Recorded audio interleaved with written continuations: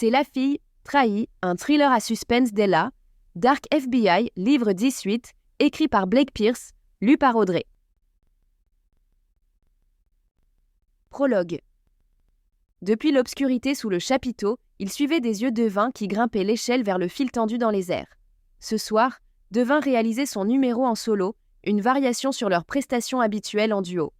Une fois par mois, le cirque Haillon Mystère offrait un spectacle exceptionnel de 4 heures, donnant l'opportunité à Devin de démontrer son talent de funambule devant le monde entier.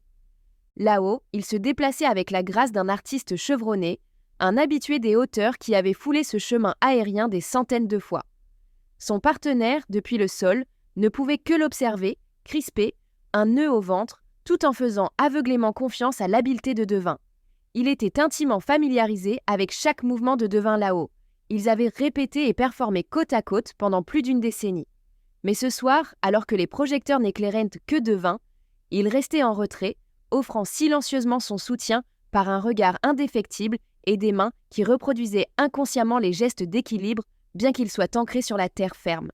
Le fil d'acier semblait attendre Devin comme un vieil ami accueillant, traversé avec l'assurance qu'on a en franchissant un ruisseau connu, maîtrisant chaque courbe, chaque passage glissant.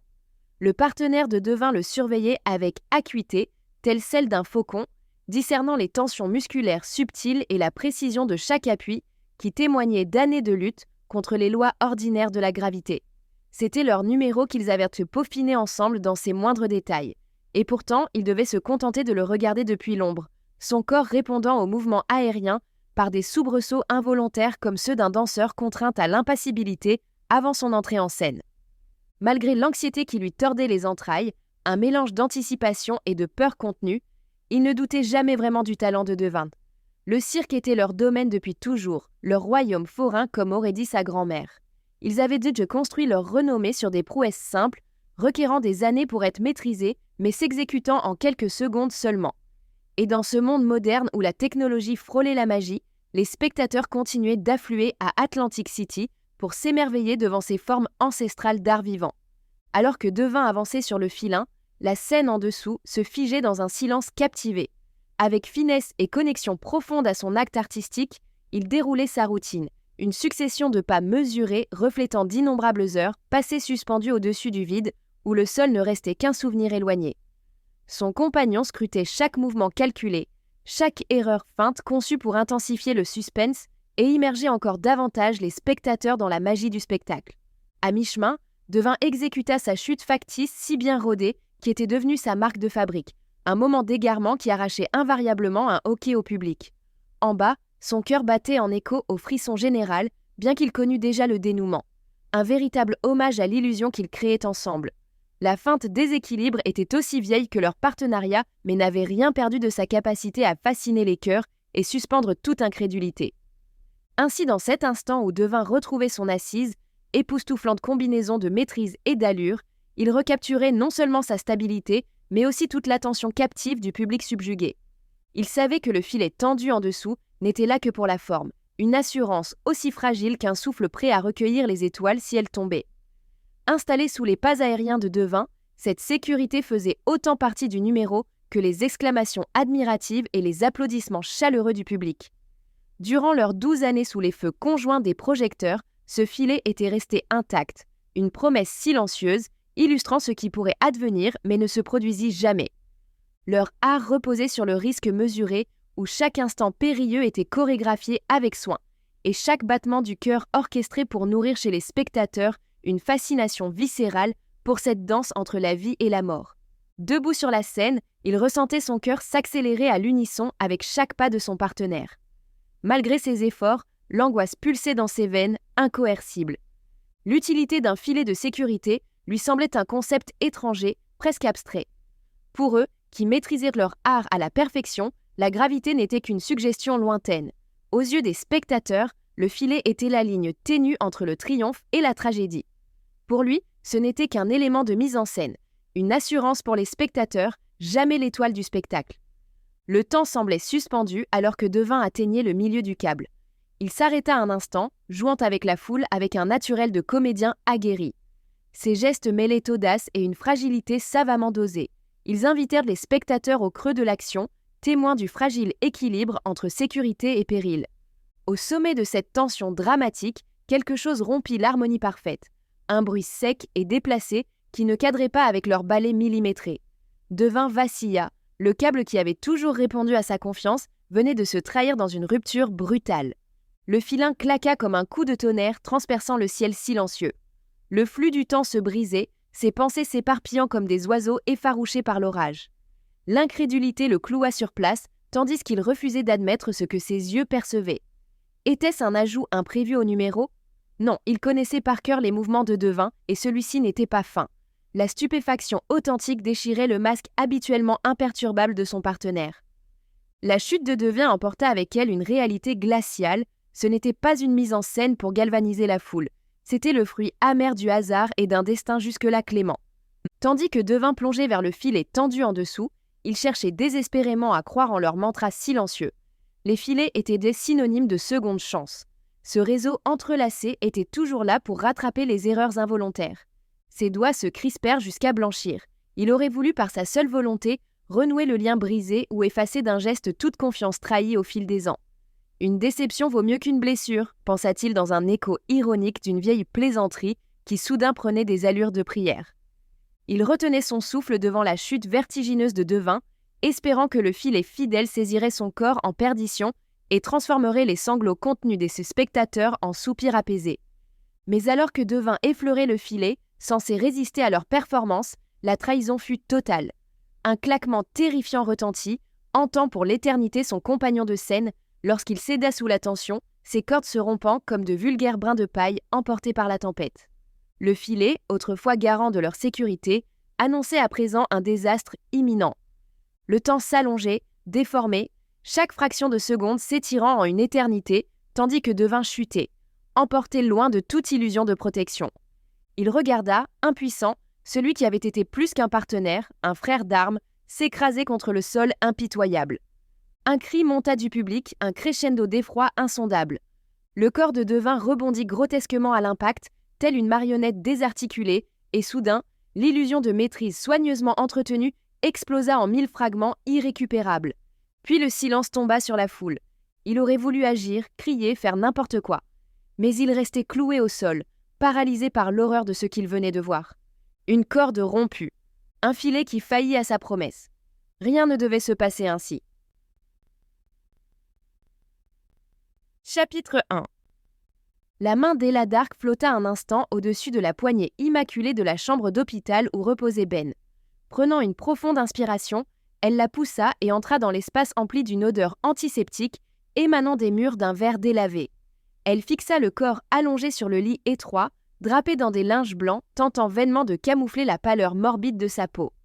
Ben Carter, son coéquipier et confident, n'était plus désormais qu'un spectre venant hanter le musée des souvenirs éclatés d'Ella. « Ben », murmura-t-elle en réduisant l'espace entre eux. « Comment te sens-tu » Sa réponse ressembla à un chuchotement brisé. Quelques mots hachés et un regard perdu au-delà de la fenêtre. La lumière du soleil ne suffisait pas à dissiper les ombres accrochées au coin du dialogue naissant. Elle pouvait comprendre son mutisme. 3 jours auparavant, quelqu'un avait plongé l'appartement de Ben dans le noir avant de s'introduire à l'intérieur pour le brutaliser puis l'abandonner ensanglanté sur le sol du salon. Sans son intervention opportune, Ben aurait sans doute gagné sa dernière demeure bien plus tôt que ce lit d'hôpital où il souffrait maintenant. Les visites d'Ella s'étaient succédé depuis cet incident, mais restaient brèves et rares, respectant ainsi le souhait exprimé par Ben. « Je t'en prie, Ben, parle-moi », insista-t-elle avec une voix tremblante d'une détresse à peine dissimulée. Elle ne pouvait et ne voulait se résoudre à le voir s'éloigner, sans tenter de panser les blessures béantes qui semblaient les séparer davantage à chaque instant. « Parler » rétorqua-t-il avec un rire amer et sans vie. « Que veux-tu que je te dise, Ella ? Que je suis heureux ici ? Que j'apprécie être pris pour cible à cause de tes actions ?» Son reproche voilé lui perça le cœur comme une lame affûtée. Tous deux connaissaient la vérité sombre que ces mots amers tentèrent d'exposer. Chaque instant passé à ses côtés n'avait fait que rapprocher Ben inexorablement vers sa chute. Comme si côtoyer le danger était sa seule manière d'interagir avec autrui, et Ben en avait subi les conséquences encore et encore. La pièce semblait rétrécir autour d'elle, les murs se rapprochant silencieusement face au gouffre qui les séparait désormais. Les mains d'Ella se serrèrent en poing, tandis que ses doigts tremblaient, sous l'emprise du tumulte intérieur qui bouillonnait en elle. Elle avait espéré le protéger des ténèbres qui menaçaient sans cesse les contours de son existence, mais elle l'avait inéluctablement entraîné vers les abîmes. Ben, je n'ai jamais souhaité que tout cela arrive, mais peu importèrent les excuses face aux épreuves qu'il endurait. À chaque mystère élucidé et chaque secret mis au jour par Ella, la faucheuse semblait se rapprocher dangereusement jusqu'à finalement révéler son visage mortel contre celui qu'elle cherchait tant à préserver.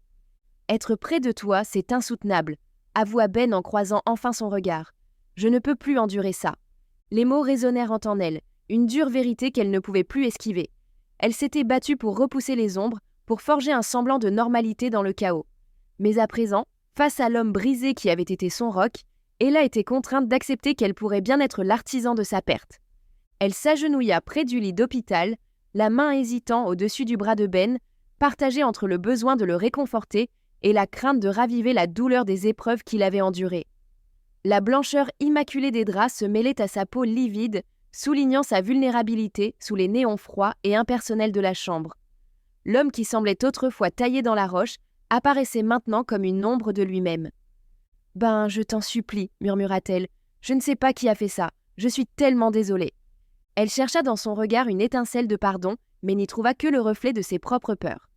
Ben se détourna légèrement, l'amertume crispant sa mâchoire. « Est-ce ta manière de te venger, Ella ?» Sa voix était rauque, chaque mot chargé d'accusation. « Tu as engagé quelqu'un pour me faire ça parce que j'ai rompu avec toi ?» L'accusation empoisonna l'atmosphère. Ella recula, frappée par ces paroles autant que si elles avaient été des coups. Elle secoua vigoureusement la tête, ses mains tremblantes. « Jamais je ne ferai une chose pareille, Ben, » affirma-t-elle avec force. « Je tiens trop à toi pour… » Elle interrompit sa phrase avant d'en révéler trop. Ce n'était pas le moment pour les confessions, c'était celui d'agir, de chercher des réponses. Ella se releva, sa détermination évidente dans ses yeux. « Quelqu'un menace mes proches et je ne peux pas laisser faire. Je vais découvrir qui est derrière tout ça, » promit-elle. À son chevet, l'instinct de détective d'Ella s'aiguisa. Elle commença à reconstituer les indices épars et à discerner des schémas dans le désordre. Celui ou celle qui avait attaqué Ben avait laissé une trace et elle la suivrait jusqu'au bout du monde si nécessaire. C'était un engagement tacite envers lui comme envers elle-même, pour mettre fin à cette spirale de violence qui menaçait sans cesse son entourage. Au pied du lit d'hôpital, les doigts d'Ella effleurirent les draps tendus, tandis que l'odeur aseptisée se mêlait subtilement à celle plus sombre de la maladie. « Et si tu trouves le coupable, » reprit Ben, « qu'est-ce qui les empêchera, ou empêchera un autre, de me viser encore une fois ?» Autrefois chaleureux lorsqu'il se posait sur elle, ses yeux n'étaient plus maintenant que l'écho poignant de sa peur et son épuisement. Ella sentit son cœur se serrer en prenant conscience du poids des mots de Ben. Elle tenta de lui prendre la main, mais il se déroba imperceptiblement. Ce refus minime mais coupant lui transperça l'âme. « Je refuse de rester les bras croisés alors que tu es en danger », insista-t-elle malgré un frémissement dans sa voix, trahissant une vulnérabilité rarement affichée. « Je vais te protéger. On renforcera ta sécurité. » « Ça ne suffira pas, Ella, » coupa Ben avec détermination. « Ça ne suffira jamais. Chaque fois que tu te confrontes à ces monstres, je deviens leur cible par ricochet.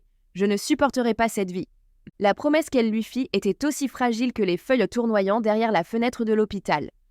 À mesure qu'il parlait, l'espoir auquel Ella s'accrochait semblait s'éroder et elle cherchait désespérément comment le protéger, comment le garder en sécurité auprès d'elle. Ben était inébranlable. « Je pars de Washington », lâcha-t-il en dérivant le regard vers la fenêtre pour contempler l'étendue urbaine. « Ici, je n'ai plus rien. Toi aussi, tu devrais y penser. » Ces mots frappèrent Ella avec plus de force qu'un coup bien réel aurait pu le faire. Son travail, sa quête de justice, étaient au cœur de son identité, ancrée en elle aussi profondément que son ADN.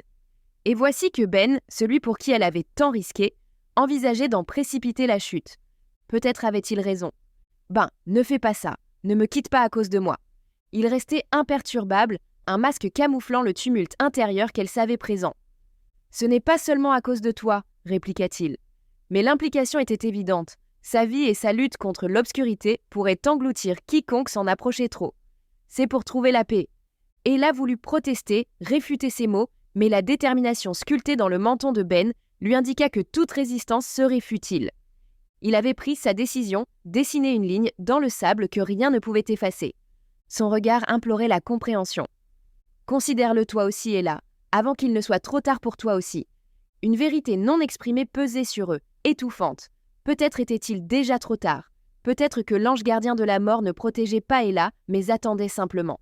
Attendait ce moment où elle faiblirait, où sa chance s'épuiserait et où ni son talent ni sa détermination ne pourraient la sauver ou sauvegarder ceux qu'elle chérissait. Ella s'affala sur une chaise et agrippa les accoudoirs en plastique. Ses jointures blanchissaient tandis qu'elle se penchait en avant, portant dans sa voix tout le désespoir brut et exposé.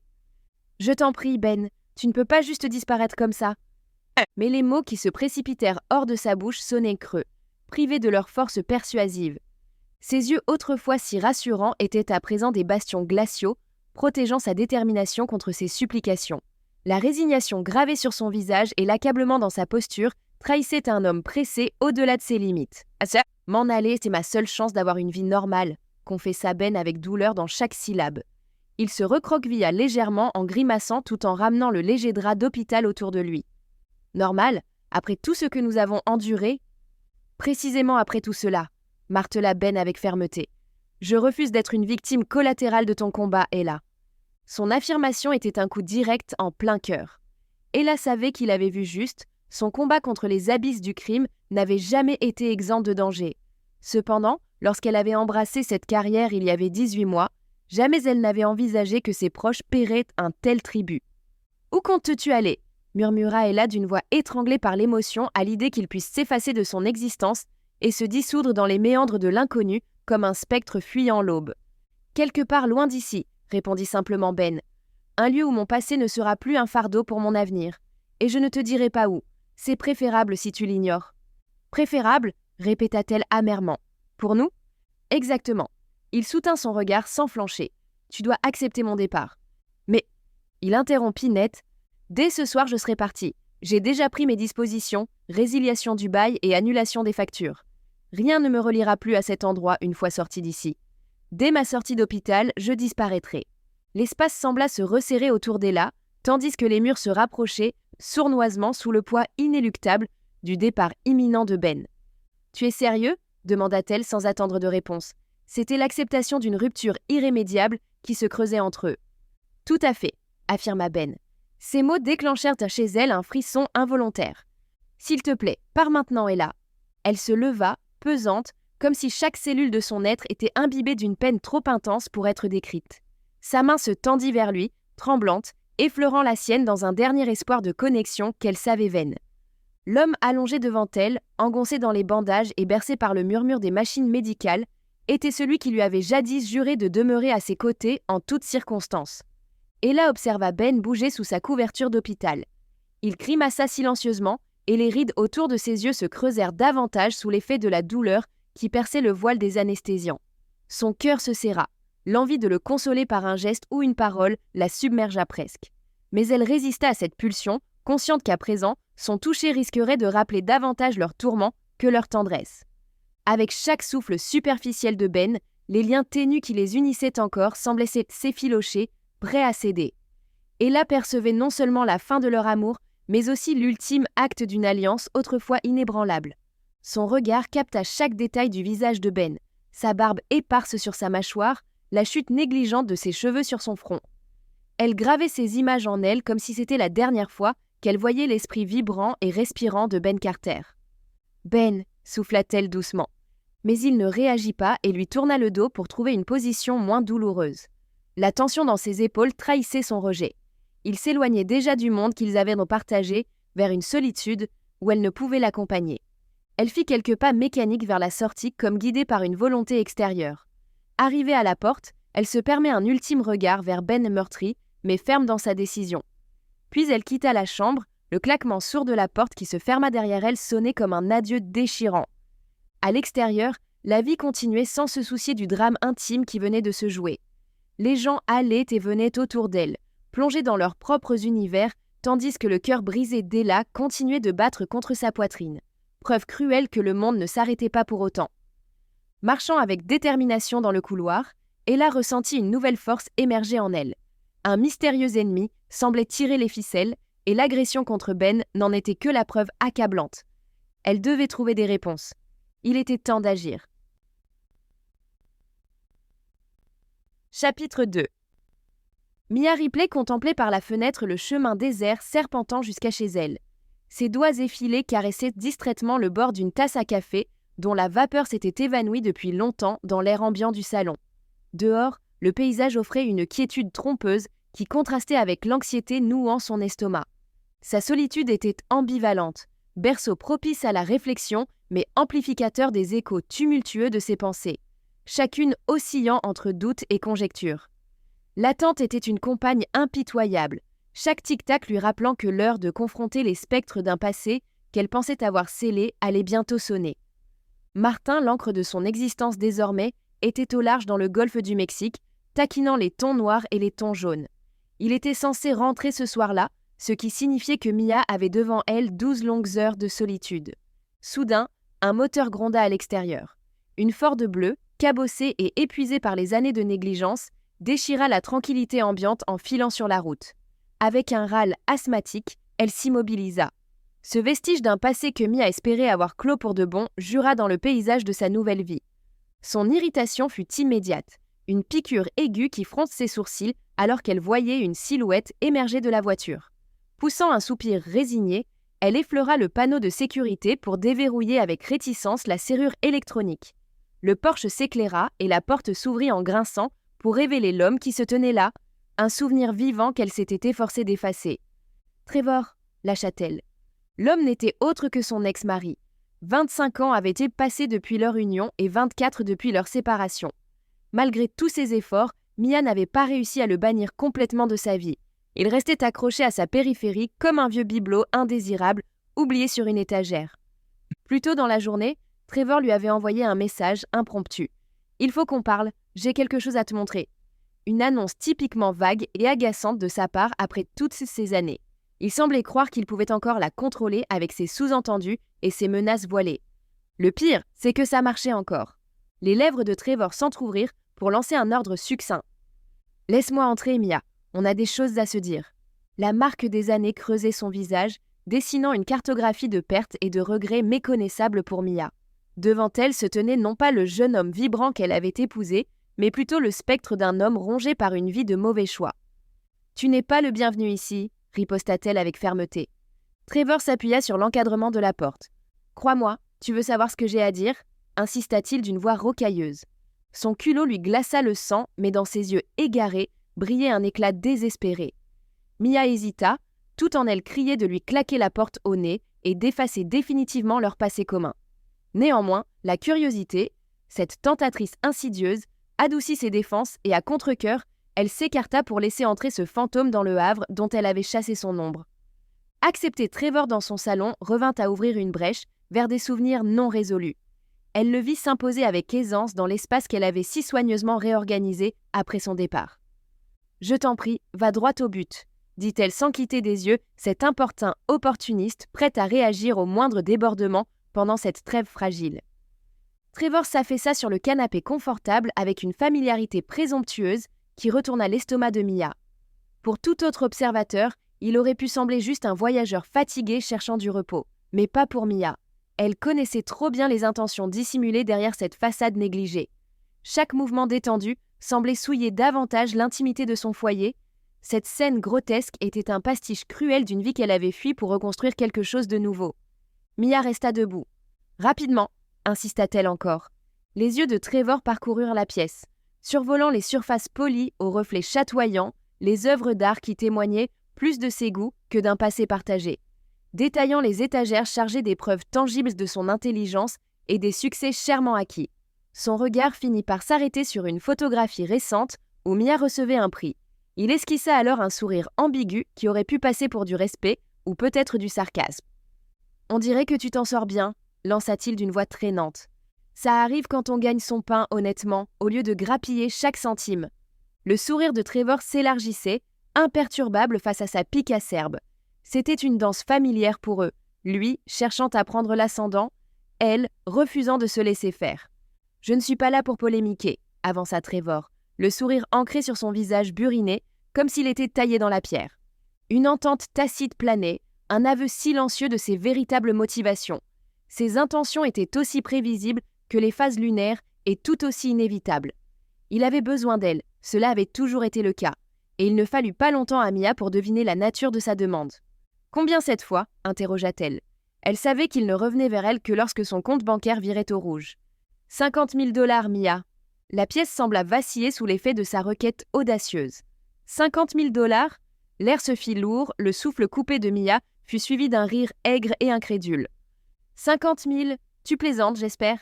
Mais il n'y avait aucune trace d'humour dans le regard profond et chaotique de Trevor. Je suis sérieux, Mia. J'ai perdu gros et je suis dans de sales draps.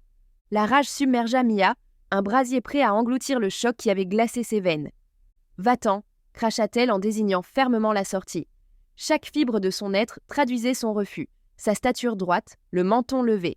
Elle n'avait pas lutté pour rebâtir sa vie après leur divorce afin d'être entraînée vers le fond par ses déboires. Je ne suis plus ta bouée de sauvetage. Pas pour ça. Par le passé, elle avait cédé plus d'une fois à ses supplications, signant des chèques qui soulageaient les dettes de Trevor sans trop la meurtrir financièrement. Mais 50 000 était un coup trop rude. « Allez Mia, tu les as bien quelque part », insista-t-il avec une voix qui tentait de feindre l'autorité familière. « Ce n'est pas comme si tu en avais besoin. » Elle répliqua d'un rire glacial tout en le fixant droit dans les yeux. « J'ai cet argent parce que je l'ai durement gagné. Et oui, j'en ai besoin. Tu n'es plus ma responsabilité, Trevor. Mon argent ne servira pas à éponger tes pertes au jeu. » Les mains de Mia se serrèrent en poing alors que Trevor arborait ce sourire effronté annonciateur des ennuis à venir. Une tempête faisait rage en elle, mais elle refusait de lui montrer le moindre signe de trouble. Il recula avec ce rictus cynique qui ne dissimulait guère le désespoir latent. « Dommage, » dit-il sur un ton menaçant. « Surtout après ce qui est arrivé avec Randall Carter. » Le nom fit frémir Mia comme frappée par une bourrasque glaciale. « Que veux-tu dire par ce qui est arrivé avec Carter ?» demanda-t-elle, la tension palpable dans sa voix. La fusillade récente impliquant l'ex-directeur du FBI était connue du grand public, mais son histoire personnelle avec lui était un passé qu'elle pensait enfoui. « Fais pas l'innocente, Mia. J'ai ouï dire qu'il a été blessé par balle, » répondit Trevor d'un ton sec, évoquant le crépitement des feuilles mortes en automne. « Étrange coïncidence quand on pense qu'à une époque, vous aviez une histoire ensemble. » L'indignation explosa en elle tel un feu d'artifice. « C'est faux, nous avons eu une altercation, c'est tout. Il a dépassé les bornes et je lui ai remis les idées en place. Le souvenir de cette nuit, de la peur et de la colère avait été chassé depuis longtemps, du moins le croyait-elle. Carter avait tenté une approche que Mia avait répondu d'un direct du droit.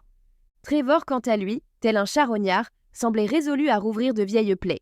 « Tu sais, ce n'est pas ce que j'ai entendu, » ricana-t-il. « Et je suis certain que le FBI serait ravi d'apprendre l'histoire de votre petite altercation.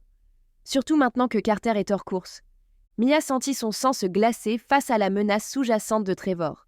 Des années plus tôt, elle avait eu une confrontation qui dépassait les limites professionnelles avec Randall Carter. Lorsque celui-ci lui avait fait des avances en abusant de sa position, elle n'avait pas hésité à répondre par un coup bien placé qui lui avait projeté l'œil hors de son orbite. Cet épisode sombre était resté enfoui, Carter par honte et Mia pour éviter un scandale inutile. Elle ne souhaitait pas que cette affaire sordide remonte jusqu'aux oreilles des dirigeants du FBI. Trevor pouvait semer le doute sur elle en ravivant cet incident depuis longtemps oublié. La moindre insinuation pouvait devenir une boîte de Pandore qu'elle refusait d'ouvrir, surtout à ce stade critique. Elle afficha donc un visage imperturbable face au jeu de Trevor. Manipulation et chantage. « Qui te dit que le FBI n'est pas déjà au courant ?» répliqua-t-elle. Le sourire prétentieux de Trevor vacilla brièvement avant qu'il ne renforce son masque trompeur. « Parce que tu m'avais demandé de garder le secret. » C'était il y a longtemps, Trevor. Les chefs sont au courant. Je ne suis pas idiot au point d'enfouir quelque chose comme ça. Non, contredit-il. Ton protecteur au sommet est au courant. Comment s'appelle-t-il déjà ? Edis ? Celui qui te croit parfaite ? Qu'en est-il des autres ? Un frisson parcourut Mia alors que la température semblait chuter brusquement. Trevor n'était plus simplement un ex-mari amer. Il était devenu une menace réelle, un serpent prêt à frapper avec ses mensonges empoisonnés. « Tu surestimes l'influence de tes insinuations, » lança-t-elle d'une voix tranchante et un port altier. « Edis sait toute la vérité et c'est l'essentiel. Il me connaît ainsi que ma probité. Contrairement à certains, je n'ai pas besoin de me terrer dans l'obscurité. » Probité, curieux choix de mots venant de toi. Attendons de voir combien elle pèse lorsque les rumeurs commenceront à circuler et que le doute s'installera. Prête à en découdre, Mia était tentée de mettre fin aux provocations de celui avec qui elle avait autrefois envisagé fonder une famille. Des rumeurs ? C'est tout ce que tu as ? Tu crois vraiment pouvoir ressurgir dans ma vie en lançant des accusations infondées et attendre que tout le monde te suive ? Imagine juste si quelqu'un évoquait au FBI ta vieille querelle avec feu Randall. Certaines personnes pourraient se hâter vers des conclusions erronées. Peut-être penseraient-elles que tu avais toutes les raisons du monde pour souhaiter sa disparition. « Tu me menaces » exigea-t-elle. « Va-t'en maintenant ou je te mets moi-même à la porte. » « Disons simplement que c'est une situation hypothétique, » répondit-il, en se levant du canapé avec une désinvolture qui cachait mal son animosité. Il se dirigea vers la sortie, main dans la poche et esquisse d'un sourire sur les lèvres. « Ce serait dommage qu'un imprévu vienne troubler ton repos bien mérité, n'est-ce pas ?» Mia contenait difficilement sa colère grandissante. Elle avait certes eu des démêlés avec Carter, promu directeur du FBI puis assassiné moins d'1 jour après sa nomination. Mais l'idée qu'une enquête sur sa potentielle implication puisse ruiner ses 30 ans de service ainsi que sa retraite la mettait hors d'elle. Trevor s'arrêta sur le seuil de la porte et lança un regard scrutateur à Mia. « 2 jours, Mia. 50 000 $, sinon tu risques de te retrouver de l'autre côté de la salle d'interrogatoire. » La porte se claquait. Son écho dans la pièce silencieuse ressemblait à un coup de feu. 50 000 $, un silence monnayé, le prix de sa paix d'esprit. L'idée même de céder à ce chantage, de payer cet individu pour qu'il disparaisse, lui était insupportable. Mais l'alternative, voir sa réputation salie, son monde s'effriter, était inenvisageable. Elle devait choisir. Chapitre 3. Ella Dark était assise au bord d'une chaise inconfortable, ses doigts courant sur la surface glacée de la table en chêne brillant qui la séparait des hautes instances du FBI. William Edis, Mark Tarvin et Clive Lawford se réunissaient rarement si l'enjeu n'était pas de taille. Et pourtant, ils étaient tous présents, répondant à sa convocation inattendue. Dans un coin, le drapeau américain apportait une touche de couleur au décor austère. « Mademoiselle Dark », commença Mark Tarvin avec une sévérité marquée par ses sourcils froncés. « Vous avez sollicité cette rencontre. Allons droit au fait. » Sa gorge s'assécha alors qu'elle rassemblait son courage, espérant cacher les frémissements internes par un discours assuré. Ella se nourrissait habituellement de pression, mais affronter leur scrutin était un défi d'une autre nature. C'était confrontée à des regards pleins de jugement et d'appréhension. Elle était là pour déballer ses théories, annoncer qu'un ange gardien non souhaité veillait sur elle. « Tout a débuté avec Logan Nash, » dit-elle. « Cet homme a assassiné mon preux il y a 25 ans. Je l'ai poursuivi, l'ai fait condamner, et dès qu'il a été sécurisé, quelqu'un l'a exécuté. » Clive Lawford pencha la tête en entrecroisant ses doigts avec l'assurance d'un homme habitué aux orages. « Et pourquoi supposez-vous qu'il y ait un lien avec vous, agent Dark ? Nash avait un passé d'assassin qui attire naturellement des ennemis par dizaines. » Le scepticisme transpirait dans ses mots et emplissait la pièce comme une brume épaisse à dissiper. « Ce n'est pas un acte violent isolé, » insista-t-elle. « C'est calculé, c'est un message. Je suis persuadée qu'il m'est destiné. » « Des suppositions ne constituent pas des preuves, » répliqua froidement Lawford. « Peut-être bien, » concéda-t-elle sans faillir. « Mais ici, tout est personnel.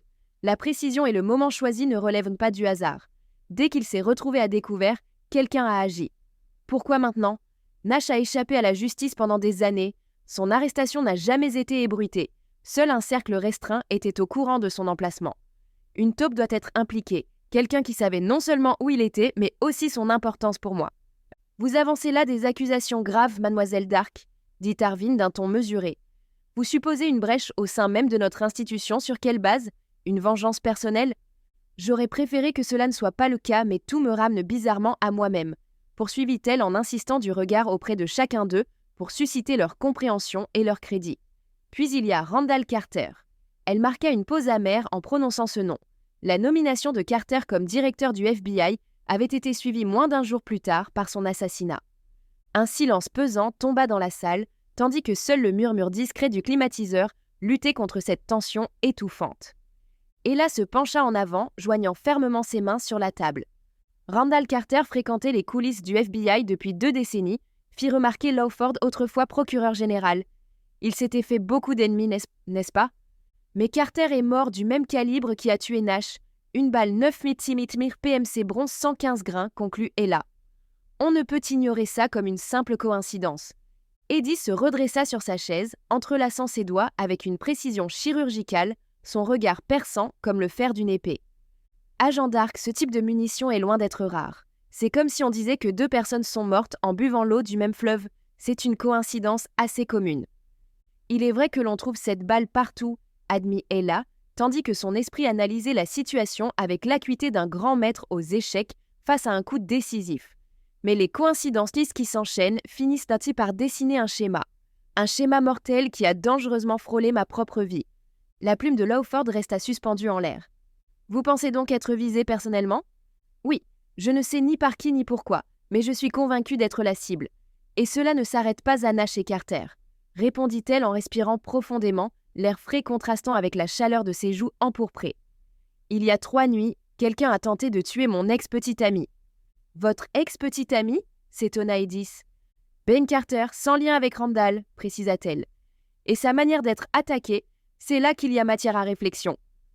Clive Lawford s'adossa dans son fauteuil, bras croisés sur sa poitrine. Il observait Ella avec une curiosité mêlée de prudence. Elle était pour lui une énigme bien plus qu'une agente exposant les faits d'une affaire. Ella le fixa droit dans les yeux, déterminée à le convaincre de la gravité de la situation. Quelqu'un s'est introduit chez lui et l'a agressé, continua-t-elle, sentant son cœur battre jusque dans ses tempes. La méthode employée est similaire, tout comme la violence qui caractérise les meurtres de Nash et Carter. Vous pensez à un tueur en série ? Intervint Tarvin. Peut-être bien. 3 nuits plus tôt, en arrivant chez Ben, je l'ai trouvé au sol, désorienté et ensanglanté. Elle vit Tarvin se pencher en avant, les yeux plissés par la concentration. Il y avait quelqu'un d'autre là-bas, un intrus qui a pris la fuite dès qu'il m'a vu. Avez-vous pu l'identifier ? Demanda Lawford. Assez pour le reconnaître si je le revois. Presque certainement. Il portait la même tenue noire que l'homme sur la vidéo du meurtre de Carter. Son visage était caché par une capuche, mais sa silhouette et sa démarche, c'était troublant de familiarité. Sa façon de marcher, vous êtes sûr qu'il s'agit du même individu que celui sur les images de surveillance ? S'enquit Tarvin. Sans aucun doute, acquiesça-t-elle avec assurance. L'entraînement avait affûté ses capacités d'observation. Elle se fiait complètement à son jugement. Ella sentait le poids des regards des 3 hommes peser sur elle tels des sondes scrutatrices. Ils pesaient chacun de ses mots. Après un bref silence pensif, Lawford demanda « Comment avez-vous eu accès à ces images ?» Après un instant d'hésitation, elle avoua « J'ai consulté les archives du FBI. » Des regards rapides et significatifs s'échangèrent entre eux. Un malaise noua l'estomac d'Ella. Avait-elle été trop directe concernant ses enquêtes personnelles ? Agent Dark, ces informations font partie d'une enquête active et sont classées confidentielles. Vous n'étiez pas autorisé à y accéder, réprimanda Lawford avec un froncement de sourcils. Ella tendit les mains devant elle dans un geste d'apaisement. J'avoue avoir outrepassé mes droits, mais il fallait que j'explore cette piste jusqu'au bout. On nous enseigne à écouter notre intuition et à creuser toujours plus loin. N'est-ce pas là ce qui fait notre force ? Face à leur silence désapprobateur, Ella avala difficilement sa salive. Elle pourrait certes être accusée de défier les règles, mais elle cherchait surtout à prévenir d'autres morts, peut-être même la sienne. Le directeur Edith se pencha en avant. Il avait entrelacé ses doigts sur le bois sombre de la table qui paraissait alors comme un abîme entre eux. Agent Dark, si cet agresseur avait vraiment voulu s'en prendre à votre ex-petite amie, ne pensez-vous pas qu'il aurait fini ce qu'il avait commencé, comme il l'a fait avec Nash et Carter ? La voix posée d'Edith tranchée par sa logique implacable qui rendait tout argument contraire difficilement soutenable. L'épisode avec votre ex pourrait tout aussi bien être un cambriolage interrompu. Il enfonça le clou, tandis qu'elle restait sans voix face à cette hypothèse plausible mais troublante pour elle-même, car tout semblait indiquer autre chose dans son esprit. La signature des crimes précédents résidait dans leur précision. Nous espérons que vous avez apprécié cet aperçu. Pour continuer à écouter ce livre audio sur Google Play Livres, utilisez le lien dans la description de la vidéo.